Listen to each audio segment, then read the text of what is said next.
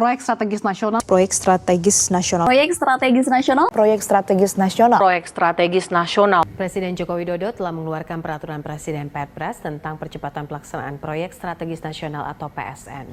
Dalam peraturan Presiden nomor 56 tahun 2018 yang diteken pada 20 Juli 2018, Jokowi memaparkan proyek-proyek infrastruktur besar yang masuk kriteria PSN. Assalamualaikum warahmatullahi wabarakatuh. Salam, Om Swastiastu, Nama Budaya, Salam Kebajikan, Salam Sejahtera bagi kita semua. Ilmu dengan Pancasila tidak dapat dipisahkan dari aspek kehidupan dan bernegara. Hakikat ilmu dan Pancasila saling topang-menopang untuk kesatuan negara kita. Oleh karena itu, mari kita pahami apa itu pengertian dari ilmu dan pengetahuan. Ilmu berasal dari bahasa Arab, yaitu dari kata alima yang memiliki arti pengetahuan. Dalam kata lain dikenal juga dengan istilah sains yang berasal dari bahasa Latin memiliki arti yang sama, yaitu pengetahuan. Hakikat ilmu terdiri dari 3, yaitu hipotesis, teori, dan dalil buku. Hipotesis merupakan kepikiran yang berdasarkan data. Apabila data itu valid, maka ia akan berubah menjadi teori. Jika teori itu mencapai generalisasi yang umum, maka ia akan berubah menjadi dalil. Apabila teori dapat menyangkut sebab akibat yang sebab tetap, maka ia akan berubah menjadi hikid.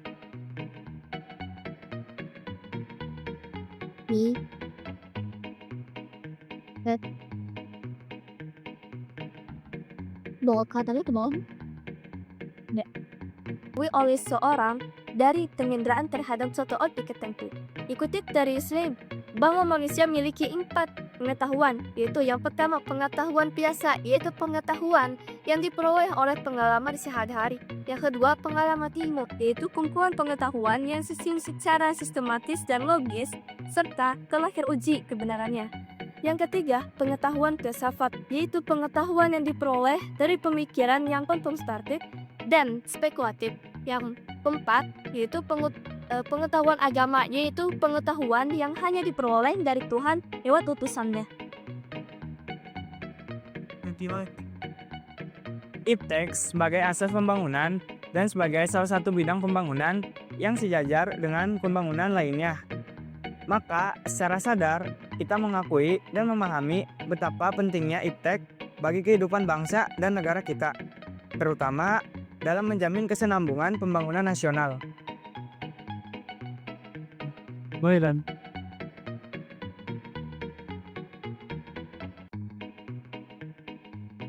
Adapun tujuannya IPTEK, yang pertama adalah menjamin kesejahteraan masyarakat. Yang kedua, melindungi bangsa dari pengaruh buruk. Yang ketiga, menciptakan landasan untuk pembangunan IPTEK yang berkelanjutan. Terus?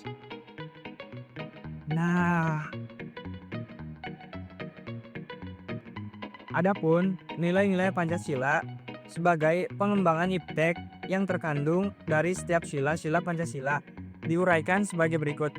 Yang pertama, ada nilai ketuhanan.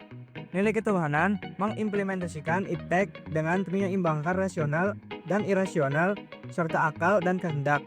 Yang kedua, ada nilai kemanusiaan. Nilai kemanusiaan bermakna pengembangan IPTEK harus adil dan merata untuk kesejahteraan rakyat. Yang ketiga, ada nilai persatuan. Nilai persatuan bermakna bahwa IPTEK harus digunakan untuk mempersatukan bangsa dan tidak memecah belah bangsa. Yang keempat, ada nilai kerakyatan. Nilai kerakyatan bermakna bahwa ilmuwan harus memiliki kebebasan untuk mengembangkan IPTEK secara demokratis. Dan yang terakhir adalah yang kelima, ada nilai keadilan. Nilai keadilan menjadi dasar pengembangan IPTEK yang adil dan beradab. Pengembangan IPTEK harus adil kepada sama manusia, lingkungan, dan pencipta. Dari 4 penjelasan sebelumnya, terdapat urgensi Pancasila sebagai dasar pengembangan IPTEK terbagi menjadi 3 pokok pembahasan, yaitu yang pertama, urgensi Pancasila sebagai dasar pengembangan ilmu. Pandangan mengenai Pancasila sebagai dasar pengembangan ilmu, sebagaimana telah dikemukakan oleh beberapa tokoh, mengandung makna yang berbeda-beda, yaitu pengertian pertama bahwa IPTEK tidak bertentangan dengan nilai-nilai yang terkandung di dalam Pancasila. makna kedua bahwa setiap ilmu pengetahuan dan teknologi yang dikembangkan di Indonesia harus menyertakan nilai-nilai Pancasila sebagai faktor di internal. Kemudian pengertian yang ketiga bahwa nilai-nilai Pancasila berperan sebagai rambu normatif dalam perkembangan IPTEK. Kemudian yang terakhir atau yang keempat, setiap pengembangan IPTEK harus berakar dari budaya dan ideologi bangsa Indonesia.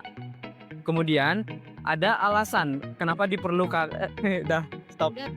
Kemudian, alasan diperlukannya Pancasila dalam topik ini adalah 1.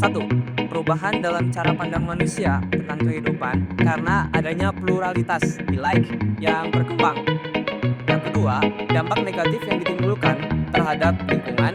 Yang ketiga, perkembangan IPTEK yang didominasi oleh negara barat. Dan yang terakhir, yang keempat, gaya hidup global yang menggantikan nilai kearifan lokal. Dan yang terakhir, ada tantangan terhadap Pancasila sebagai pengembangan IPTEK di Indonesia, yaitu kapitalisme, globalisasi, konsumerisme, dan pragmatisme.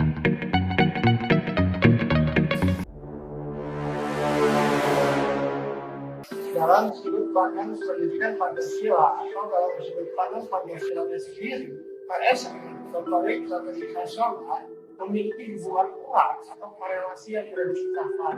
Mengapa? Karena di dalam nilai Pancasila menjadikan motivasi atau yang membentuk identitas dari PSN ini sendiri. Dalam artian dapat disimpulkan PSN memiliki tujuan untuk memanusiakan manusia yang tidak memiliki rumah atau tempat tinggal. Dalam hal ini juga terkandung dalam sila kedua, yaitu kemanusiaan yang adil dan beradab. Selain itu, masih banyak juga terkait nilai-nilai Pancasila yang berhubungan dengan PSN ini sendiri.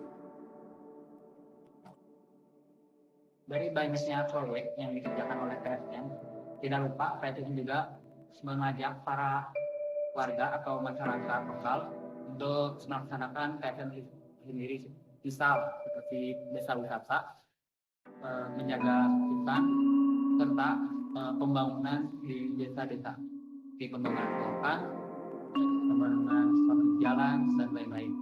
Nah, yang dimana itu sesuai dengan Pancasila keempat. Yuk, 1, 2, 3. Oke, sebagai contoh dari PSN sendiri, yang pertama adalah PLTS, itu pembangkit listrik tenaga surya. Sebagai contoh yang ada di belakang di Kepulauan Riau. Nah, PLTS sendiri dibuat sebagai untuk mengurangi ketergantungan terhadap fosil dan mengurangi emisi karbon. Nah, PLTS sendiri gunanya itu tidak hanya untuk, tapi gunanya untuk hal lain seperti mengurangi emisi karbon tadi dan untuk go green, untuk penghijauan. Proyek selanjutnya investasi ke proyek kereta cepat Jakarta Bandung. Dilantik dari HCIC, proyek kereta cepat Jakarta Bandung memiliki kecepatan yang hampir 120 km per jam. Yang dimana kereta cepat ini selaras dengan Pancasila ketiga, yaitu Kesatuan Indonesia, yang dimana dengan kecepatan tersebut kita bisa dari Jakarta ke Bandung dengan menempuh jarak yang hampir 500 km itu dengan waktu 30 menit. Dalam pembangunan proyek strategis nasional untuk pengembangan lahan baru seringkali bersinggungan dengan hak asasi manusia, utamanya ketika dihadapkan dengan pengusuran hunian warga yang terdampak. Hunian warga yang sering terdampak biasanya dikarenakan tidak adanya dokumen kepemilikan tanah, meskipun warga telah mengajukan permohonan untuk memperoleh haknya. Hal ini tentunya bertentangan dengan sila kedua Pancasila tentang kemanusiaan, di mana warga kehilangan haknya dalam memiliki tempat tinggal. Kemudian, upaya yang dapat dilakukan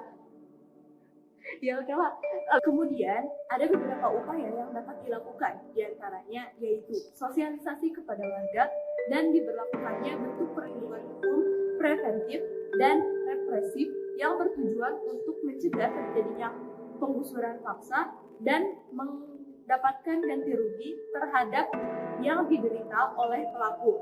Kemudian langkah-langkahnya tertera dalam Peraturan Pemerintah Nomor 7 Tahun 2018. Proyek strategis nasional ini juga pernah membuat proyek Palapari. Proyek ini telah selesai pada tahun 2019. Proyek ini berhasil menghubungkan lebih dari 500 kabupaten atau kota di seluruh Indonesia dengan internet dan mendukung pemerataan ekonomi. Namun, proyek ini memiliki kekurangan seperti akses internet di daerah terpencil memiliki tarif yang lebih mahal. Hal ini disebabkan karena perawatan infrastruktur yang tinggi, seperti contohnya kabel bawah laut. Kemudian kurangnya infrastruktur yang mendukung menyebabkan kesulitan dalam pengaksesan internet. Tentunya hal ini tidak sesuai dengan sila kelima Pancasila mengenai keadilan sosial bagi seluruh rakyat Indonesia, di mana ini menunjukkan ketidakmerataan akses internet yang tentunya sangat dibutuhkan untuk zaman saat ini.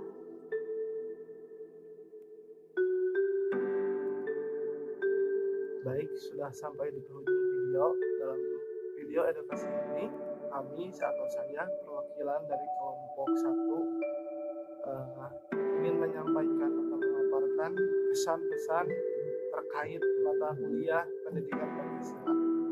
Untuk yang pertama, kesan terhadap mata kuliah pendidikan Pancasila yang pasti adalah hal yang baru mungkin bagi kami. Pendidikan Pancasila walaupun hanya sedikit perbedaan dengan pendidikan kewarganegaraan, tetapi kesan yang ingin kami sampaikan bahwa pendidikan Pancasila adalah mata pelajaran yang memang cukup penting bagi mahasiswa baru. Katalah ulah.